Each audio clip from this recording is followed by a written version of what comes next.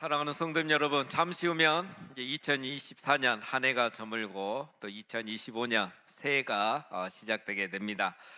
새해가 다가올 때마다 시 한 편이 생각나곤 합니다. 시인 반칠환 씨의 시 새해 첫 기적이라는 시입니다. 화면에 보시면은 황새는 날아서 말은 뛰어서 거북이는 걸어서 달팽이는 굴렀는데 한날 한시 새해 첫날에 도착했다. 바위는 앉은 채로 도착해 있었다. 여러분, 이 짧은 시이고 그냥 평범한 시인 것 같지만 굉장히 저는 이 시에 감동을 받습니다. 날아오든 뛰어오든 걸어오든 굴러서 오든 기어서 오든 모두가 한날 한시에 함께 새해를 맞이하게 되었다는 것입니다. 저는 이 시가 굉장히 감동이 되는 것은 하나님께서 우리 모두 각 사람에게도 이런 은혜를 베푸셨기 때문입니다. 어떤 분들은 힘들게 정말 기어오듯이 정말 기어서 오듯이 한 해를 힘들게 살아오신 분도 계시고, 어떤 분들은 나름대로 평탄하게 살아오시고 달려오신 분도 계시고 날아오신 분도 계실 거고, 또 어떤 분은 삶을 포기하고 싶을 정도로 힘든 시간들도 있었을 텐데 결국은 우리 모두가 함께 오늘 새날을 맞이하게 된다는 것입니다. 때로는 우리가 순종하면서 의롭게 산 적도 있지만 또 때로는 불순종하면서 죄 지으면서 불의하게 산 적도 많았는데 하나님께서 우리 모두에게 그것을 기억하지 아니하시고 새해를 허락하셨다는 것, 이것이 하나님의 은혜인 줄 믿습니다. 우리 하나님은 우리의 허물을 기억하지 아니하시고 시간의 매듭을 허락하셔서 매년마다 새해를 맞이하게 하시고 매일매일 또 새날을 허락해 주시니 여러분, 이것이 하나님의 은혜인 것입니다. 그래서 송구영신 예배는 항상 가장 은혜로운 예배인 것입니다. 우리는 송구영신 예배를 드릴 때마다 그래서 감사가 넘치고 또 새해를 맞이하면서 소망이 넘치는 그런 시간을 보내게 됩니다. 그런데 반면에 어떤 분들은 이런 은혜를 누리지 못한 분들도 계십니다. 이렇게 좋은 새해인데 시간의 매듭이 허락되었는데 이것을 누리지 못한 분들이 계셔요. 여러분, 가수 나훈아 씨가 불렀던 유명한 노래가 있죠. 테스형. 가사가 아주 재밌죠. 어쩌다가 한바탕 턱 빠지게 웃는다. 그리고는 아픔을 그 웃음에 묻는다. 그저 와준 오늘이 고맙기는 하여도 죽어도 오고 마는 또 내일이 두렵다. 아, 테스형, 세상이 왜 이래? 왜 이렇게 힘들어? 제가 부를 수가 없어서 그냥 가사 자막을 다 올렸습니다. 여기서 테스형은 소크라테스를 말합니다. 여러분, 내일이 와줘서 고맙지만 내일이 두려운 심정을, 또 세상이 왜 이렇게 힘든지, 살아가는 게 왜 이렇게 힘든지를 테스형에게 묻는, 하소연하는 그런 노래인 것 같습니다. 이 가사를 제가 검색해서 끝까지 봤는데요, 이러다가 끝이 나더라고요. 테스형의 대답이 안 나옵니다. 나올 수가 없죠. 테스형님이 여기 안 계시잖아요. 테스형에게 아무리 물어도 대답이 없을 것이고 내일은 여전히 두려울 것입니다. 이 노래가 위로가 되지 않는 것이죠.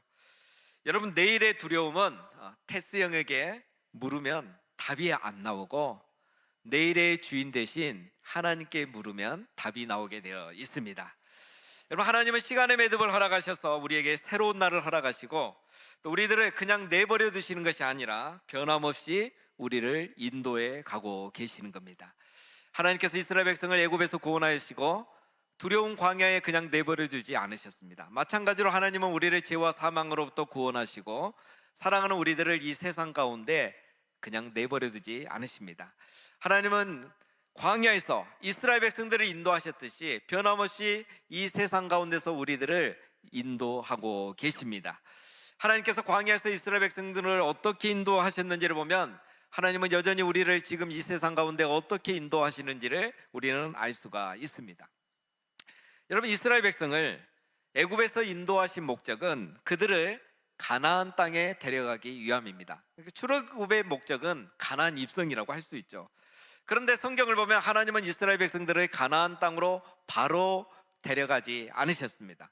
가나안 입성이 목적인데 가나안 땅으로 바로 인도하지 않으셨다는 거예요. 오늘 17절 말씀을 보면 바로가 백성을 보낸 후에 블레셋 사람의 땅의 길은 가까울지라도 하나님이 그들을 그 길로 인도하지 아니하셨으니 이는 하나님이 말씀하시기를 이 백성이 전쟁을 하게 되면 마음을 돌이켜 애굽으로 돌아갈까 하셨습니다. 여러분, 블레셋이란 이 길은 지금 이 블레셋은 지금 우리 전쟁하고 있는 나라죠. 바로 팔레스타인 가자 지구가 있는 그곳을 말합니다. 그래서 여기를 지나가는 것이 이집트에서 이스라엘로 가는 가장 가까운 길이고, 애굽에서 가나안 땅으로 가는 가장 빠른 길이 바로 이 블레셋 팔레스타인 지중해 해변을 지나가는 길입니다. 여러분, 지도를 한번 보시면 이 애굽에서 가나안 땅으로 가는 이 1번 길이 가장 가까운 길이에요. 지금의 팔레스타인을 지나가면 되는 겁니다. 그런데 하나님의 이스라엘을 저 아래 2번 길로 인도하셔서 뺑뺑 돌게 해서 가나안 땅에 돌아가게 한 겁니다. 하나님은 지름길이 아니라 돌아가는 길로 이스라엘 백성을 인도하셨습니다. 사랑하는 여러분, 하나님은 우리를 이 세상 가운데 인도하실 때 지름길이 아닌 애움길로 인도해 가십니다. 하나님은 우리를 지름길보다는 애움길로 인도하실 때가 여러분 훨씬 더 많습니다. 이 애움길이라는 단어를 아직 생소해서 잘 모르는 분도 계실 거예요. 지름길이라는 뜻은 질러가는 가까운 길이고, 애움길이란 순 우리말입니다. 돌아가는 먼 길을 애움길이라 그래요. 단어는 굉장히 아름다운데 별로 안 좋은 거예요. 돌아가는 겁니다.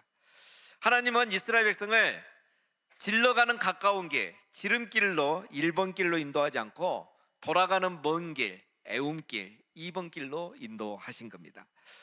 여러분, 가나안까지 이 지름길로 가면요 일주일이면 갈 수 있는 길이에요. 근데 하나님은 이스라엘 백성을 저 아래로 데려가서 시내산으로 데려가십니다. 이 시내산에서 이제 1년 동안 거하고 나중에 가데스 바네아에서 이제 가나안 정탐을 하고 바로 들어가게 되면 1년 2개월 만에 들어갈 수가 있어요. 그래서 14개월 만이죠. 그러니까 하나님은 일주일짜리 지름길이 아니라 사실은 14개월짜리 애움길로 인도하셨다는 거예요. 무려 여러분 56주잖아요. 그럼 56배예요. 56배나 먼 길, 그 오랜 시간이 걸리는 길로 이스라엘 백성을 인도하셨다는 겁니다. 왜 하나님은 이렇게 애움길로 돌아가는 길로 이스라엘을 인도하셨을까요? 여기 이유는 크게 두 가지입니다. 하나님이 말씀 이미 하신 것처럼 이 블레셋 지역을 통과하면 블레셋과 전쟁을 해야 되는 거예요. 근데 전쟁 한번 해보지 않은 이스라엘 백성이 전쟁하면 겁을 먹겠죠, 두렵겠죠. 그래서 다시 애굽으로 돌아가려고 할까봐 하나님께서 아예 전쟁을 피하도록 조금 돌아가더라도 밑으로 가겠다라고 하신 겁니다. 두 번째 이유는 시내산에서 있었던 일을 보면 알 수 있는데, 이스라엘 백성을 훈련시키기 위함인 겁니다. 하나님 이스라엘 백성을 시내산으로 데려가셨어요. 거기서 율법을 주고 말씀을 주죠. 그래서 하나님이 누구인지 알게 하고 하나님을 바로 섬길 수 있는, 그래서 천국 백성다운 그런 삶으로 이들을 훈련시키고 변화시키기 위해서 이 과정으로 인도하신 겁니다. 그래서 가나안 땅에 빨리 들어가는 것도 중요하지만 이스라엘 백성은 하나님의 자녀로서 하나님을 알고 하나님 자녀답게 좀 변화되어져서 훈련되어져서 가나안 땅에 들어가야 가나안 사람들에게 존경받고 또 이렇게 그들을 통해서 하나님이 드러나게 되는 것이죠. 우리가 신명기 요즘 금요기도일 때 살펴보는 것처럼요. 그래서 하나님은 이스라엘 백성들을 애움길로 인도하신 겁니다. 이스라엘 백성들은 빠른 길을 원하지만 하나님은 애움길을 원하셨던 겁니다. 사랑하는 여러분, 우리도 삶을 살아갈 때 이것을 경험할 때가 많습니다. 우리가 원하는 길로 가지 않을 때가 더 많습니다. 우리는 빠른 길, 편한 길, 넓은 길을 원하는데, 인생이 착착 풀리기를 원하고, 우리 청년들, 학생들 진로가 척척 열리기를 원하고, 우리 사업하시는 분들은 사업이 한 번에 성공하기를 원하는데, 하나님은 그렇게 하지 않습니다. 우리 인생은 보면 오히려 한 번씩 낙제하고 한 번씩 실패하고 한 번씩 좌절할 때가 더 많습니다. 이처럼 하나님은 우리를 애움길로 돌아가게 하시는 거예요. 돌아가게 하시고 자꾸 쉬어가게 하시는 겁니다. 여러분, 왜 하나님은 우리에게 이렇게 하실까요? 왜 애움길로 우리를 인도하실까요? 그것은 바로 이것이 우리에게 더 유익하기 때문인 것입니다. 여러분, 지름길이 항상 좋은 것은 아닙니다. 빠른 것이 항상 좋은 것은 아닙니다. 우리 인생에는 지름길도 필요하지만 때로는 애움길이 필요할 때도 많이 있는 것입니다. 저는 사무실에서 이 커피를 자주 내려 먹는데요, 오늘 사람들을 만나면 이렇게 밖에서 한 잔, 두 잔 사 먹고 또 저는 제 방에서 이렇게 한두 잔 내려 먹습니다. 근데 여러분, 커피를 내리면 항상 맛이 똑같은 게 아니에요. 달라요. 잘 내리면 맛있는데 못 내리면 맛이 없어요. 근데 커피를 잘 내리는 방법은 다 똑같습니다. 그리고 대부분이 다 알고 있어요. 그런데 이 커피를 내릴 때 실패하는 이유가 있습니다. 물을 끓인 후에 사실은 이제 물을 확 끓이고 나서 조금 식혀야 돼요. 그래서 조금 기다렸다가 약 온도가 섭씨 85도에서 95도 이 정도 사이가 됐을 때 커피를 내리면 가장 맛이 있다고 그래요. 그런데 이제 바쁘니까 빨리 먹고 또 일해야 되고 빨리 먹고 싶어서 그 잠깐을 기다리지 못하고 뜨거운 물에 커피를 바로 내리면 커피가 씁니다. 맛이 없어요. 카페인도 많이 나오는 겁니다. 건강에도 안 좋아요. 또 커피를 내릴 때는 어떻게 해야 됩니까? 우리 커피 내리신 분들 알죠? 그냥 물을 부어버리면 안 됩니다. 이렇게 돌려서 조금씩 천천히. 성질이 급해서 부어버리면 그 뜨거운 온도 때문에 또 커피가 맛이 없습니다. 그래서 아무리 좋은 온도를 사용해도 결국은 소용이 없게 되는 거죠. 커피의 맛은 지름길식 드립이 아니라 애움길식 드립, 빠른 드립이 아니라 느림의 드립, 돌아가면서 물을 내릴 때 커피는 제맛을 내게 되는 겁니다.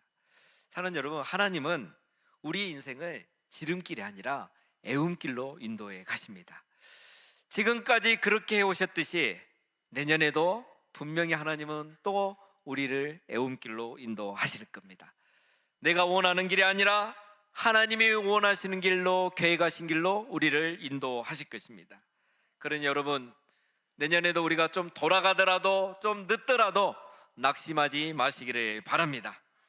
때로는 애움길이 지름길보다 내 인생을 더 살맛나게 한다는 것을 기억하시기를 바랍니다. 하나님은 이처럼 이스라엘 백성을 지름길로 인도하지 않고 애움길로 인도하셨습니다.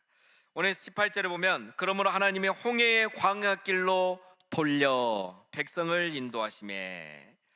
돌아가더라도 여러분 좋은 길로 가면 상관이 없죠. 그런데 하나님은 홍해의 광야길로 돌려서 인도하셨다는 겁니다. 이 홍해의 광야길이란 거는 여러분 지금도 이 팔레스타인 블레셋 길은 사람이 많이 살고 있잖아요. 그런데 이 시내산 쪽으로 광야로 사막으로 가면 거기는 사람이 없습니다. 사람이 잘 살지 않는 곳이에요. 그리고 이 홍해의 광야길이라는 것은 길이 없는 곳입니다. 하나님은 이스라엘 백성을 좋은 길로 인도하신 게 아니라 길이 없는 광야길로 인도하셨습니다. 여러분, 길 없는 광야길이, 이게 좀 말이 모순 같잖아요. 근데 이게 사실은 정확한 표현입니다. 광야에는 길이 있긴 있습니다. 사막에도 길이 있긴 있습니다. 그런데 바람이 불면 그 길이 사라지죠. 그리고 사람이 지나가면 또 길이 납니다. 그게 광야길입니다. 길이 없는데 광야에 길이 있어요. 여러분, 그리고 광야에 또 없는 게 있습니다. 뭐가 없죠? 물이 없죠. 물론 간혹 물이 있는 곳이 있습니다. 그곳을 우리가 오아시스라고 말하죠. 하나님은 이스라엘 백성들을 이런 광야로 인도하신 거예요. 길이 없는 광야로, 물이 없는 광야로 인도하신 거예요. 길이 없는 광야, 물이 없는 광야지만 그러나 여러분 이것이 그들에게 문제가 되지 않았습니다. 왜냐하면 하나님은 광야에 길을 내시는 분이시기 때문입니다. 하나님은 광야에, 사막에 강을 내시는 분이시기 때문인 겁니다. 이스라엘의 길이 없는 광야에서, 이스라엘의 길이 없는 광야에서 길을 잃지 않고 가나안 끝 땅까지 도착할 수 있었던 것은 하나님이 광야에 길을 내시고 그들을 인도하셨기 때문인 겁니다. 이스라엘이 이 물이 없는 광야에서 죽지 않고 가나안까지 들어갈 수 있었던 것은 하나님이 반석에서 물이 나게 하시고 또 그들을 오아시스로, 물샘으로 인도하셔서 그들이 물이 없어서 죽는 일이 없도록 인도하셨기 때문인 것입니다. 여러분, 블레셋 길보다 광야길이 더 좋은 이유가 이것입니다. 길 없는 광야로 가면 길을 내시는 하나님을 경험하게 되는 것입니다. 물이 없는 광야로 가게 되면 물을 만드시는 하나님을 경험하게 되는 것입니다. 400년 동안 애굽에서 살면서 살아계신 하나님을 전혀 경험하지 못한 이스라엘에게 길이 없는 광야길, 물이 없는 광야길은 하나님을 경험하고 하나님을 알아갈 수 있는 최적의 길이었던 것입니다. 길이 있는 블레셋 길은 빨리 도착하는 빠른 길은 되겠지만 그러나 길이 없는 이 광야의 길은 하나님을 경험할 수 있는 최적의 길이 되는 것입니다. 그래서 하나님은 빠른 길이 아니라 최적의 길로 인도해 가시는 겁니다. 여러분, 우리가 요즘 차량에 다 내비게이션이 있는데 내비게이션에서 우리가 목적지를 검색하면 요즘 내비게이션은 여러 개 옵션이 뜨잖아요. 가장 빠른 길, 그 다음에 추천 경로. 빠른 경로로 갈 거냐, 추천 경로, 최적 경로로 갈 거냐 선택을 하게 되어 있습니다. 여러분, 보통 어떤 길을 선택하십니까? 네, 어떤 분은 급해서 빠른 길을 선택하지만 빠른 길 선택하다가 신호등이 많아서 더 늦게 도착한 적이 많습니다. 거리가 짧더라도 우리가 빠른 경로를 잘 선택하지 않습니다. 거리가 좀 멀더라도 돌아가더라도 추천 경로를 선택하시죠. 이것이 조금 더 돌아가더라도 더 빨리 도착하고 안전하게 도착한다는 것을 우리는 알기 때문에 최적 경로, 추천 경로를 선택하는 겁니다. 사랑하는 여러분, 하나님은 우리 인생길을 인도하실 때 빠른 경로가 아닌 최적의 경로로 인도하고 계신 줄로 믿습니다. 우리는 빠른 길을 원하지만 하나님은 우리를 향한 추천 경로로 우리를 인도해 가고 계십니다. 거기에는 여러분, 구름 기둥과 불 기둥까지 있습니다. 그래서 길이 없지만 문제가 되지 않습니다. 구름 기둥이 우리를 인도하고 불 기둥이 우리를 길을 안내하기 때문입니다. 구름 기둥이 최적의 경로로 우리를 인도하고 있는 것입니다. 그래서 길을 잃은 적이 없고 또 물이 떨어진 적이 없이 이스라엘 백성은 가나안 땅까지 들어갈 수 있었던 것입니다. 물이 없으면 물이 있는 곳으로 인도하시고, 물이 없으면 반석에서 물이 나오게 하시고, 길이 막히면 길을 만들어서 인도에 가셨던 것입니다. 사랑하는 우리 성도님 여러분, 새해를 맞이하면서 우리 안에 모든 걱정, 근심 다 내려놓으시기를 주님의 이름으로 축복합니다. 아직 해결해야 할 많은 일들이 있을 것이고 아직 길이 보이지 않는 많은 일들이 있겠지만 거기서도 하나님이 최적의 경로로 인도하고 계신 것을 기억하시기를 바랍니다. 하나님께서 구름 기둥으로 인도하셔서 길이 있는 곳으로 인도하시든지 아니면 길이 없으면 길을 내셔서 우리를 인도하실 것입니다.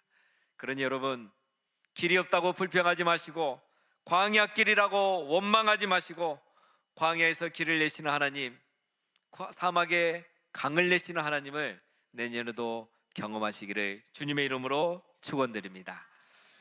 광야 인생을 살아가면서 우리가 염려하지 않아도 되는 또 하나의 이유가 있습니다. 오늘 21절에 보면 여호와께서 그들 앞에서 가시며 낮에는 구름 기둥으로 그들의 길을 인도하시고 밤에는 불 기둥을 그들에게 비추사 낮이나 밤이나 진행하게 하시니, 낮에는 구름 기둥으로 인도하시고 밤에는 불 기둥으로 그들에게 비추사 안내하셨다는 겁니다.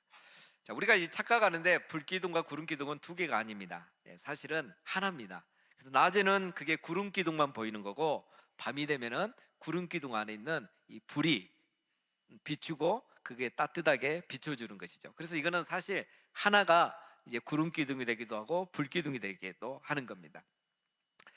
그런데 이렇게 낮에는 구름 기둥으로 밤에는 불 기둥으로 인도하는 이유가 있습니다. 여러분, 광야에서는 잠시도 밖에 있을 수가 없잖아요, 사막에서는. 그래서 이 구름 기둥이 그늘이 되어주는 거죠. 그늘이 없으면 살 수 없기 때문에. 그래서 이 광야에서 구름 기둥은 이스라엘을 뜨거운 햇빛으로부터 보호해주기도 하고 또 동시에 길을 인도하고 안내해주는 역할을 하는 겁니다. 그리고 불 기둥도 밤에는 꼭 필요한 겁니다. 밤에 이동하는 일도 물론 있었겠지만 무엇보다도 이스라엘 백성들을 이 밤에 들짐승과 정갈로부터 보호해주는 역할을 해요. 이런 들짐승들과 이 정갈들은 이 빛을 보면은 그 빛을 보면 이 피하는 그런 본성들이 있습니다. 그래서 늘 그 야생 동물과 정갈에게 위협을 당할 수 있는데 불기둥이 있으면 그 짐승들과 정갈이 알아서 피해가는 거죠. 불기둥은 이처럼 야생 동물로부터 이스라엘을 보호하고 또 밤에, 추운 밤에, 저녁에는 굉장히 춥잖아요, 사막이. 이스라엘 백성을 따뜻하게 보호해 주는 것입니다. 그래서 이런 목적 때문에 불기둥과 구름 기둥이 필요했던 것입니다.